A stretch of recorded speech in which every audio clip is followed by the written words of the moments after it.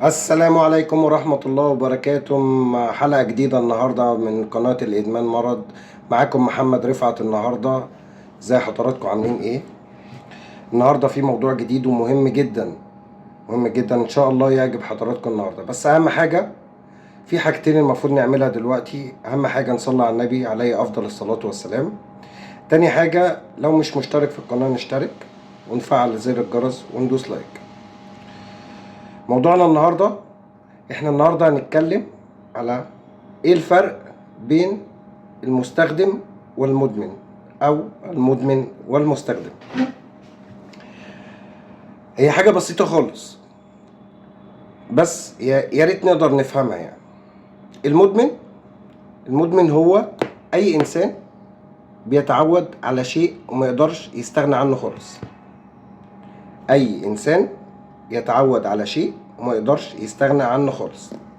بمعنى، انا النهاردة لسه صاحي ورايح شغلي عادي، متعود على ان انا اشرب كوبايه قهوه قبل ما اروح الشغل كل يوم. على كده انا لو ما شربتش كوبايه القهوه دي ممكن يجي لي صداع، ممكن اروح الشغل مقريف.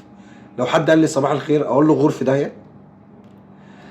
انا متعود ان انا اشرب القهوه دي كل يوم. طب انا لو ما شربتش القهوه ايه اللي هيحصل لي؟ مش هعرف اشتغل، هيجي لي صداع، حاجات كتير قوي هتحصل. في حاجه تاني، السجاير. انا متعود، الواحد متعود ان هو يشرب سجاير. في واحد متعود ان هو كل يوم الصبح لازم يشرب سيجاره على الريق. يشرب سيجاره مع كوبايه القهوه، يشرب سيجاره بعد الاكل، ما يقدرش يستغنى عنها. في حاجه تاني، التليفون، الموبايل. انا متعود كل يوم، انا مش انا يعني، انا بكلمكم عامه يعني عن اللي هو المدمن. متعود كل يوم ان انا امسك التليفون الصبح، اقعد ابص على الفيديوهات، افتح الفيسبوك، افتح تيك توك، اعمل حاجات كتير قوي في يومي ما اقدرش استغنى عنه. ماسك التليفون كل شوية وكل حتة وفي كل وقت. المدمن هو اي انسان يتعود على فعل شيء ولا يستغنى عنه خالص. ده بالنسبة للمدمن. سهل كده؟ تمام. المستخدم بقى عكس المدمن في كل حاجة. المستخدم ده عكس المدمن في كل حاجة. المستخدم ده انسان جميل جدا. يعني يا ريت الناس، انا بصراحة نفسي الناس كلها تبقى زي فكرة المستخدم ده. ما بيأثرش فيه اصلا اي حاجة خالص. بمعنى ايه؟ انا قلت لكم ان هو ايه؟ عكس المدمن. المستخدم ده ممكن وهو رايح الشغل بيبقى مثلا ممكن يشرب قهوة، بس ده في يوم واحد.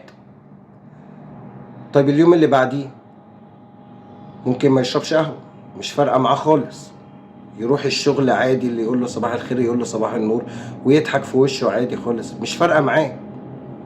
هو جرب كوباية القهوة عادي وهو رايح الشغل، ممكن تبقى عجبته بس ما تعودش عليها. هو المستخدم كده دماغه ما بتتعودش على حاجة. ممكن يجرب اي حاجة بس ما بيتعودش عليها اصلا. السجاير، ممكن يبقى قاعد مع ناس زمايله عادي على اي كافيه، يشرب مرة سجاير، ممكن يشرب شيشة وتعجبه بس ما بيتعودش عليها. هو دماغه كده، هو دماغه كده ما بيقدرش، ما بيتعودش على حاجة. يمسك التليفون مش في دماغه، عادي ممكن يمسك التليفون يتفرج على اي حاجة. مش شرط ان هو اصلا يمسك التليفون، عادي قبل ما ينام ما يمسكش التليفون. مش زينا خالص، مش زي الناس اللي هم يقدروا مثلا ماسكين التليفون 24 ساعة. ما هو ده برضه ادمان. التليفون ده من انواع الادمانات الخفية. ما هو في ادمانات ظاهرة وفي ادمانات خفية، بس دي هعرفها لكم في حلقة تانية. فالمستخدم ده شيء جميل جدا. المستخدم برضو عكس المدمن في ايه؟ ممكن برضو يبقى قاعد مع ناس زمايله، للأسف يعني ناس زمايله مثلا يبقوا بيشربوا، ممكن يجرب منهم يشربوا مثلا مخدر حشيش، ويجرب منهم برضو مرة وتعجبه ويقول لك دي جميله جدا، ويقعد يضحك ويهزر والكلام دوت، ويجي يقعد المره التانية لا مش عايز، لا انا جربت مره ومش عايز، عادي انا جربت مره بس مش عايز، ما يقدرش يتعود عليه. الفرق ما بينهم، الفرق بين المستخدم والمدمن، المدمن هو بيتعود على شيء ما يقدرش يستغنى عنه خالص. انا كل يوم الصبح انا متعود اعمل 1 2 3، هو ده المدمن، ما يقدرش يستغنى عن الحاجات اللي بيعملها كل يوم، كل يوم لازم يعمل كده. المستخدم عكسه خالص، انا الحاجات دي مش فارقه معايا، انا ممكن اجربها بس ما اجربهاش تاني، ممكن كل اسبوعين اعمل نفس اللي انت بتعمله كمدمن، بس ما بتفرقش معايا، انا اجربها بس انا مش هبقى زيك، مش هبقى نفس تفكيرك، مش هخلي الحاجات دي اصلا تأثر عليا، مش هخلي الحاجات دي هي اللي تمشيني، هي اللي تستخدمني، لا انا اللي استخدمها. حضراتكم فاهمين الفرق بين الاستخدام المستخدم والمدمن؟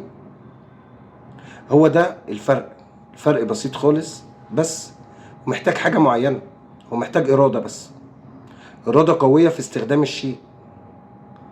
أنا جربت الحاجة دي مرة، أنا مش معنى كده إن أنا بقول لكم تجربوا، أو أقول مثلا اللي هو أصلا ما بيعملش حاجة إن أنت تعمل كده، لا بالعكس، أنا بكلمكم كمثلا واحد جرب حاجة وما جاتش معاه، يعني واحد بيجرب حاجة بس ما بيتعودش عليها، محتاجة إرادة قوية، ما بتأثرش عليه الحاجات دي خالص، الحاجات دي ما بتأثرش عليه، عكس المدمن 100%. انت لو عملت ايه، المدمن ده لازم يعمل الحاجات اللي بيعملها كل يوم وبنفس ترتيبها وبنفس كل شيء، بل أسوأ. يعني المدمن ممكن يقوم الصبح متعود ان هو يشرب مثلا سيجارة حشيش، هتلاقيه بعد فترة لا ده هيشرب سيجارة حشيش ومعاها حاجة تانية، ممكن مخدر مثلا زي البرشام.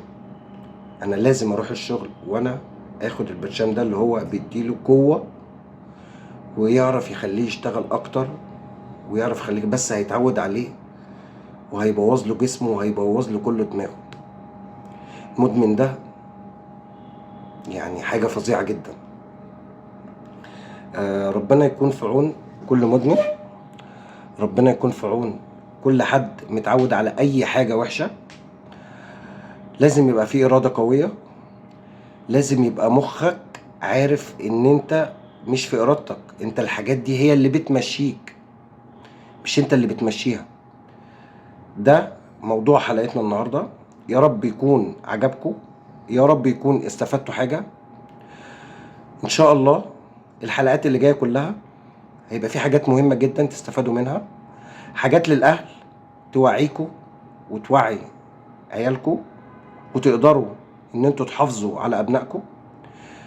يا رب تكونوا استفدتوا حاجة من حلقة النهاردة، ان شاء الله في حلقات كتير جاية وهنفهمكم كل حاجة واحدة واحدة ان شاء الله.